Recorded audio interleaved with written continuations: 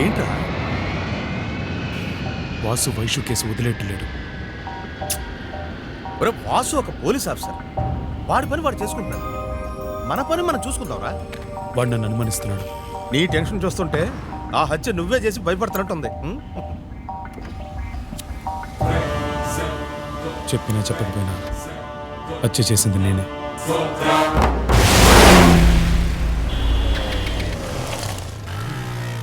So నువ్వు చేకూసుకోవడం, పోలీసులకి Vaishali character bad అని చెప్పమన్నది, ఇవన్నీ వాసుకి నీ మీద అనుమానం రాకూడదనేగా. వాసు ఒకప్పుడు వైశాలి లవర్ కనుక ముందు కంటే నువ్వు కొంచెం కేర్ఫుల్గా ఉండాల్సిన అవసరం ఉంది. ఇప్పుడు ఏం చేయమంటావు? అన్ని బెడ్రూమ్లో కూర్చొని చూసినట్టు చెప్తున్నాడు. ఎలా చెప్తున్నాడో తెలియట్లేదు.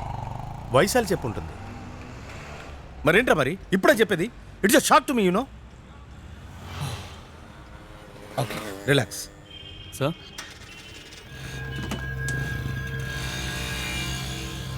రై తన దివ్యగా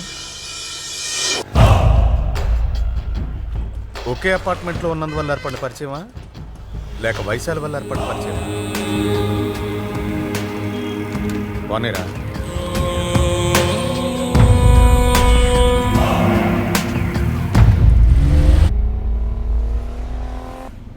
వైశాలి పోతే లైఫ్లో అన్నీ పోయినట్టు అనుకోకు. దివ్య ఉంది. ఏంట్రా నువ్వు అనేది? దివ్యని పెళ్లి చేసుకో. నీకు ఒక రకమైన సపోర్ట్, ఒక సేఫ్టీ కూడా అనుకో. రేపు నీకు ఎలాంటి ప్రాబ్లమ్స్ రాకూడదంటే take her on your side.